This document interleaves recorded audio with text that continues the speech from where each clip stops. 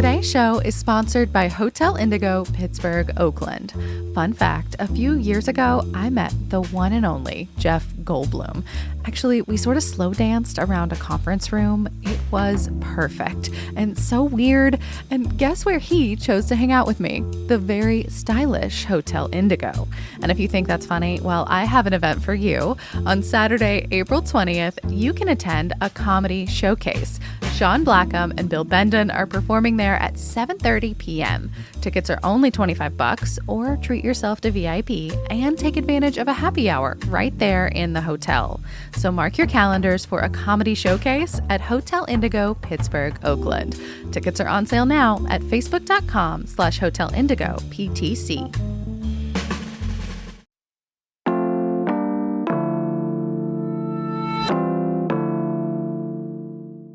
Today on CityCast Pittsburgh, did businesses really stop giving out plastic bags after the city banned them?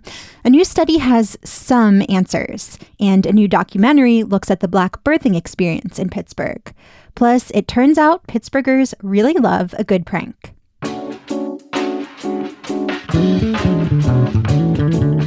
It's Tuesday, April 2nd. I'm Mallory Falk, and here's what Pittsburgh's talking about.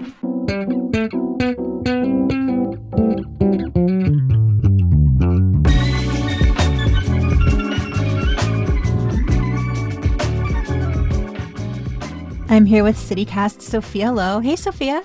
Hey, Mallory. Happy Tuesday.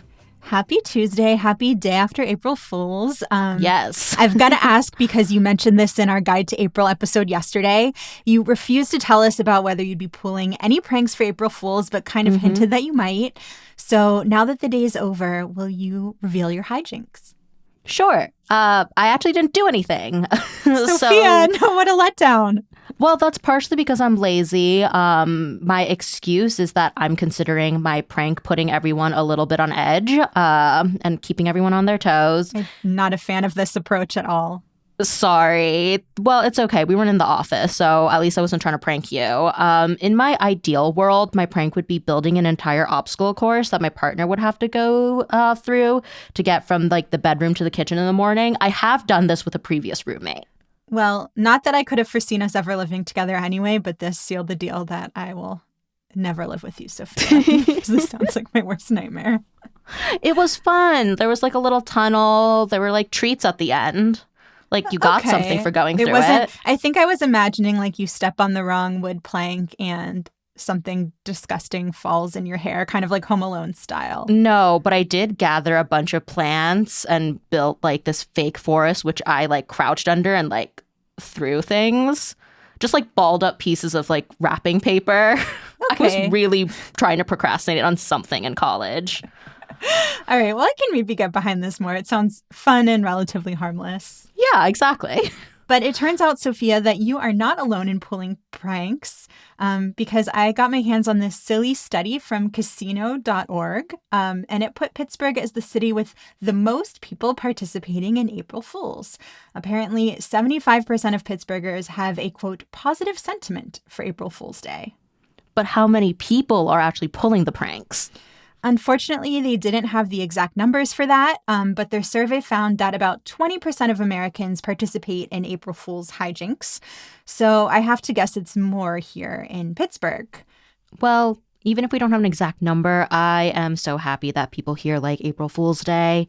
I could talk about silly little surveys all day, but I guess, Mallory, we should move on to other news. What else have you been seeing? Well, I actually have an update on an episode we did last fall about Pittsburgh's plastic bag ban. You might remember this ban went into effect this past October. It's something City Council ordered. And the idea was to reduce the amount of plastic bags that are, piling up eternally in landfills, clogging up our drains, leaking microplastics into our soil and our water. Just, generally destroying the environment. So this ban went into effect back in October. The city planned to start actually enforcing it in January. And the idea is that stores aren't supposed to give out single-use plastic bags anymore. Customers are supposed to bring their own or pay at least 10 cents to buy a paper bag. Sophia, I'm curious if this has had any impact on your life. Like, are you out 10 cents every time you go to the grocery store because you forgot to bring your own bag? Absolutely not, because I refuse to spend money that I don't have to. There are bags in my partner's car, always. I have these like really cute Hello Kitty bags that I just got that you do. my cat likes to hop in because she knows that, Hello Kitty is also a cat. And I have my like tote bags all hanging up right before I leave the house. So I'm pretty good about this. So you're the dream consumer. Exactly. I already wasn't really using plastic bags that often. I am a little peeved that I have to pay 10 cents for paper bags now because sometimes I'd like to use them for recycling, or it's just like nice to be able to give somebody something in a bag I don't need back, but whatever. It's fine. That using those for recycling reminds me of I remember a big concern people voiced was, if we don't have plastic bags, how are we going to pick up the dog poop? So yeah, some of these bags did serve other purposes besides carting groceries to and from your home. Yeah, and I know people were also using them as just like to line their smaller trash cans, which I still do. I have a giant pile I've been sitting on, and I have not run out yet. So we'll see how long I make it. But what is the update on this news? So if you remember when we covered this last year, we were a little skeptical about how this ban would get enforced and whether businesses would actually comply. Yeah, I remember the city was basically asking people to narc on stores if they still had plastic bags. And then the stores would get a warning for their first violation and then a fine for their second one. Yeah, $100 fine to be exact. And then if they violated it again, a higher fine. Yep. $250. Wow. Okay. And like, depending on the size of the business, that doesn't seem like a huge deterrent. I mean, there are big chains out here. Yeah. I mean, $250 is like the cost of one carton of eggs at Giant Eagle. No. Excuse my dad joke about our grocery chain. But anyway, this environmental advocacy group, PennEnvironment, just released a study looking at businesses' compliance with the ban. That's the update.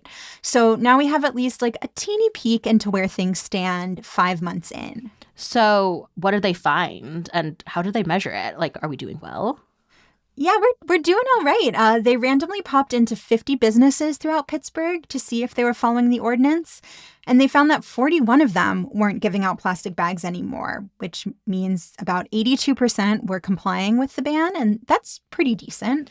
That is a higher percentage than I expected, but 50 businesses in Pittsburgh, that's a pretty small sample size. That is just like one big street. Yeah, I mean, I saw the Trib report that there are something like 3,000 total businesses in Pittsburgh. So this is just a sliver. I'm not sure if it's truly enough to draw many conclusions. But an advocate with PennEnvironment did tell the Trib that he was excited to see overall strong compliance among the businesses that they, randomly dropped in on. Well, even though it was a small sample, were there any interesting trends or other findings in the study? Yeah, so the study found that restaurants were less compliant than other businesses. They made up the majority of violators. 7 out of 22 were still using plastic. I want to say get your act together, but also like things from restaurants are kind of leaky. I would rather have that in a plastic bag than a paper bag, if I'm going to be honest. That's true. You don't want all that like sauce goo dripping all over you. No. So, okay, maybe out of self-interest, you don't mind that they're the least compliant. Well, yeah, but I don't want the restaurants to get in trouble either because I want them to, not have fines, stay open. I can get all my delicious food. Well, so then in that case, Sophia, you might not like one of the 3 recommendations that PennEnvironment gave at the end of the study, which was for the city to specifically focus on restaurants since, they are the main violators. But the other 2 recommendations included doing a better job educating businesses, both about the existence of the ordinance and how to follow it, and stepping up enforcement. The Trib reported that there's just one person responsible for making sure all of the businesses in the city comply, like one bag czar, which, that's a lot on one person's shoulders. Is that also that person's full job? Because I imagine if you are trying to like enforce this, that would be a full-time job. But I also imagine someone asking what your job is and you responding, oh, like I track plastic bags. And that's just kind of wild. Yeah, unclear. I guess on the one hand, it means you get to just randomly drop in on a bunch of restaurants around town. I don't know if you can like charge lunch to the City of Pittsburgh that's card. A good perk. That's a good perk. I didn't think of that one. But yeah, I mean, I saw in some Trib reporting that that a lot of businesses felt like this rollout was confusing, but also that at least as of late February, no businesses had been fined yet. Which, okay. Kind of makes a little bit of sense if the city wasn't going to enforce this until January because they wanted to give businesses some time to put this into practice. Right. If at first you get a warning, maybe February is too early to kind of see how the enforcement goes. So then I guess the other piece of this is the paper bags. Are people bringing their own bags, like using paper more? I don't know if that was a part of the study at all. Yeah, so the study didn't track whether stores were charging for paper bags, which, is another part of the ordinance. And back when we talked about this in October, one of the things I learned was that a lot of advocates say charging for paper is really key here because, while paper bags don't cause the kinds of issues on the back end that plastic ones do, creating them isn't the most environmentally friendly process. So part of the goal is really to get people to use reusable bags, not to just replace all plastic with all paper. That makes sense. But I also think that reusable bags take a lot of water to produce. I don't know. I think also part of it is not buying too many reusable bags, which is what I'm trying to do. I bought my Hello Kitty ones. I am not going to buy any more. Yes, that was another takeaway was that, to be a good environmentalist, you do not want to be a giant tote bag collector. Just have your one tried and true tote bag and stick with that one. I think another takeaway is that all of our environmental problems cannot be solved just by taking away single plastic bags. It's just a teeny little start, maybe.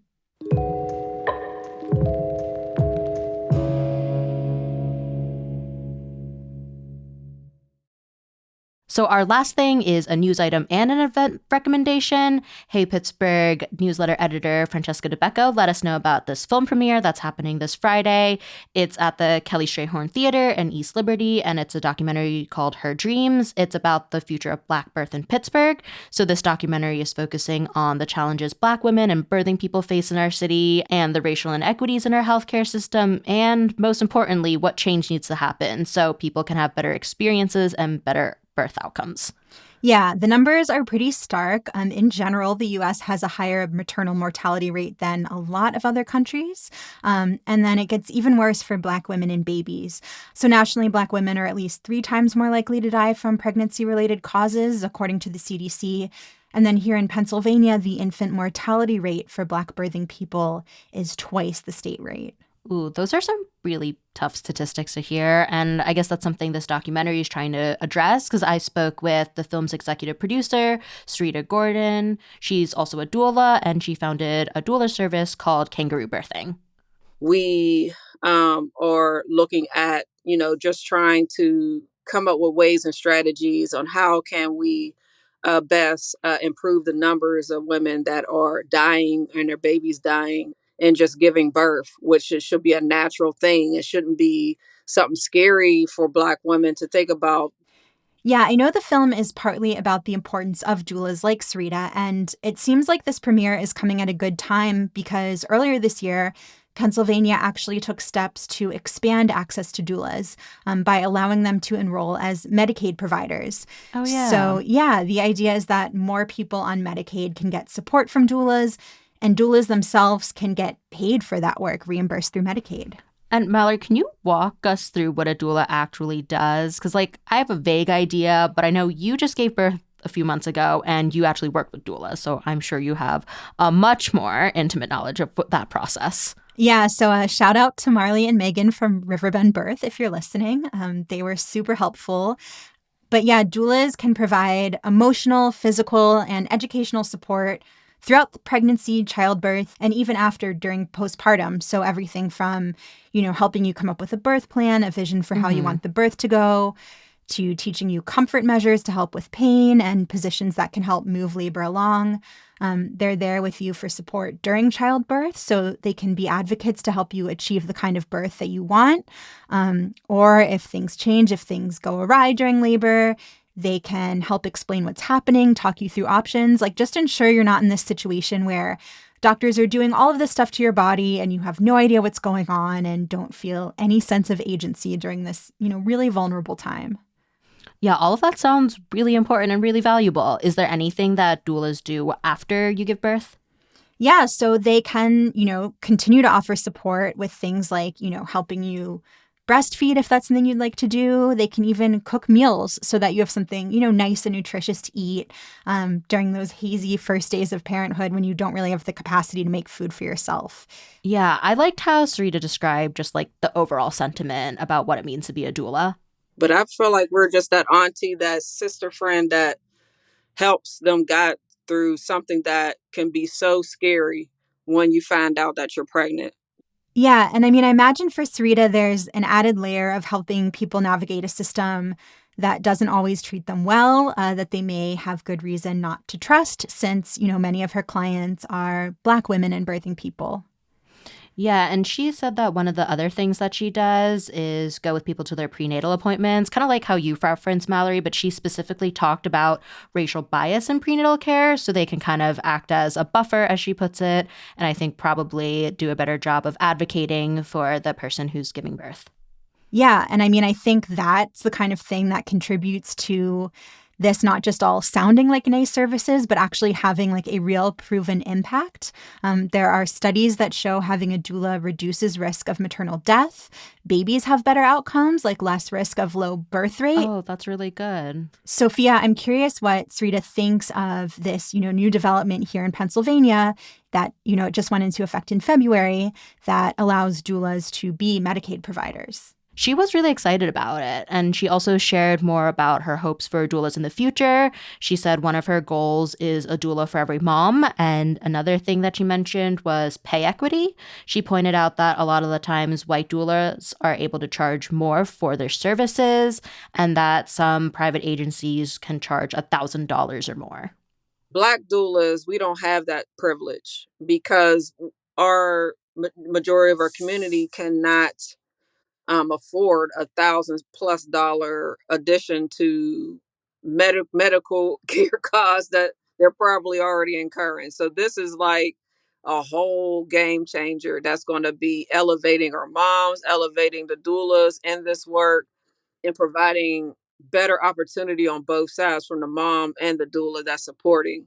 And it's opening doors for the medical or the hospitals to partner with community doulas like me. So, or community Black doulas that are out there. And that's the change that I didn't see when I first started out, which I was always ignored or disrespected in the birth space. Now I feel it's slowly beginning to change. We're slowly beginning to get, it's not there yet, but it's getting there, So that's what I'm excited about. Yeah, and I mean, I know the Medicaid piece is a good first step, but some of our lawmakers are pushing for additional changes. Last month, the state's Black Maternal Health Caucus proposed what they're calling a momnibus package. I feel like more laws should have fun names. I think that would make more people pay attention to them, and they sound catchier. It's so much more fun to say. Great branding. Yeah, props to whoever packaged this package. So they're pushing for bills that would require health insurance to cover doula services, create a program that provides new parents with essential baby supplies, identifies maternal care deserts, kind of like food deserts, but where there's not maternal health care available, so that those could receive more investment. Things like that. And our own rep, Latasha Mays, is one of the lawmakers who's really pushing for this. Yeah, so that's all happening on a statewide level, but at the local level, if you want to learn more about the challenges Black birthing people face and some of the solutions, you can check out the documentary Sarita worked on. It's called Her Dreams, a story of the future of Black birth. And again, the premiere's this Friday at the Strayhorn Theater at 5:30. Tickets are $10, and we'll have a link in our show notes. And there are plans in the works for more screenings around Pittsburgh, so you can also check out her website to stay updated when they post more dates for screenings. Sarita's really hoping that these places will be a good chance to start conversations for people to share their own stories and talk about what they'd like to see to make Pittsburgh a better, safer place for Black birthing people. That's all for today here on CityCast Pittsburgh. A reminder that you can find all of our shows, old and new, on our website. That's pittsburgh.citycast.fm. We'll be back tomorrow morning with more news from around the city. See you then.